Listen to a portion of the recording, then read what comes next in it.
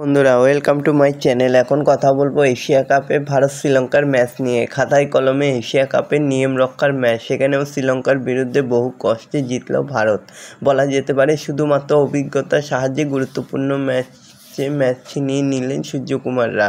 অঘটন হয়তো ঘটল না, কিন্তু ফাইনালের আগে তা টিম ইন্ডিয়ার জন্য একটা শিক্ষা।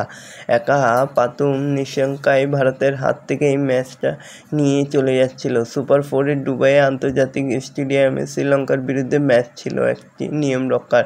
ভারত আগেই ফাইনালে চলে গিয়েছে, শ্রীলঙ্কা আবার সেই যাওয়ার কোনো সম্ভাবনাই নেই। কিন্তু যেটা হয়েছে সেটা হলো অভিষেক শর্মার দাপট। 4 রান করে শুভমন গিল আউট হয়ে যান, অধিনায়ক সূর্যকুমার যাদব 12। ওই দিন রানই পারলেন না কেউ। নিঃসন্দেহে একটা চিন্তা থাকবে টিম ইন্ডিয়ার জন্য রানের দিক থেকে। তবে অভিষেক শর্মার লক্ষ্যে অবিচল, 8টি 4 মারলেন। ছক্কার সংখ্যা 2, স্ট্রাইক রেট 196.77।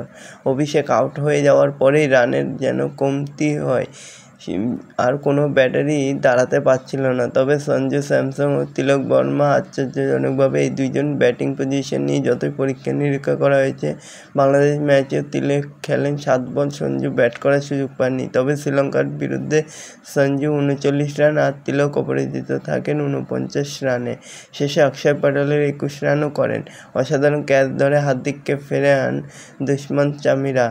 তো বন্ধুরা, এবারের এশিয়া কাপে এটাই সর্বোচ্চ রান। অপ্রতিরোধ্য ভারতীয় দলের সামনে শ্রীলঙ্কা হিমশিম খাবে এরকমই আশা করেছিল অনেকে, কিন্তু বাস্তবে ছবিটা অন্যরকম। হার জিতের বাইরে এই ম্যাচ দেখিয়ে দিল ভারতের দুর্বলতা। জসপ্রীত বুমরাহকে বিশ্রাম দেওয়া ছিলেন না শিবম দুবে, সুযোগ পেয়েছে হার্ষিত রানা আর হরদীপ সিংহ। এর মধ্যে প্রিয়জনকে নিয়ে ফেরা প্রশ্ন উঠতে বাধ্য। গম্ভীরের প্রিয় পাত্রকে দেখে শুনে বাউন্ডারি ওপারে ফেললেন পাতুম নিশঙ্কা ও কুশল পেরেরা। লাইন লেন্থের কোনো ঠিকানাই নেই। হার্ষিত কোনটা বাউন্সার কোনটা শর্ট পিচ দেবেন তা বলে দাও কেন বোঝাই যাচ্ছিল না কি করবে। অন্যদিকে হরদীপও বসে তারও খেলা পড়ে যাচ্ছিল। তবে যাই হোক, সে উইকেট নিয়েছে। তবে নাটক বাকি ছিল শেষ ওভারে। বল করতে এলেন 3 ওভারে 44 রান দেওয়া হার্ষিত। ম্যাচ জিততে শ্রীলঙ্কার দরকার 12 রান। প্রথম বলে নিশঙ্কাকে ফেরালেন হার্ষিত।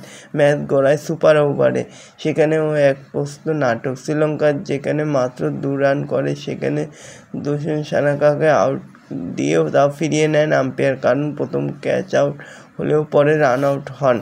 অথচ রিভিউ নিয়ে দেখেন যে ক্যাচটা ডেড বল হয় না, যেহেতু রান আউট দেওয়া হয়নি। যাই হোক, হরদীপ সিং 2 উইকেট তোলেন। আবারও ভারতের প্রথম বলেই ম্যাচ জিতে যায়। ফাইনালের সামনেই হচ্ছে পাকিস্তান ইন্ডিয়ার সামনে, যাদের আগে 2 ম্যাচে হারিয়ে জিতেছে ভারত। তো দেখা যাক শেষ পর্যন্ত কী হয়। ধন্যবাদ সবাইকে।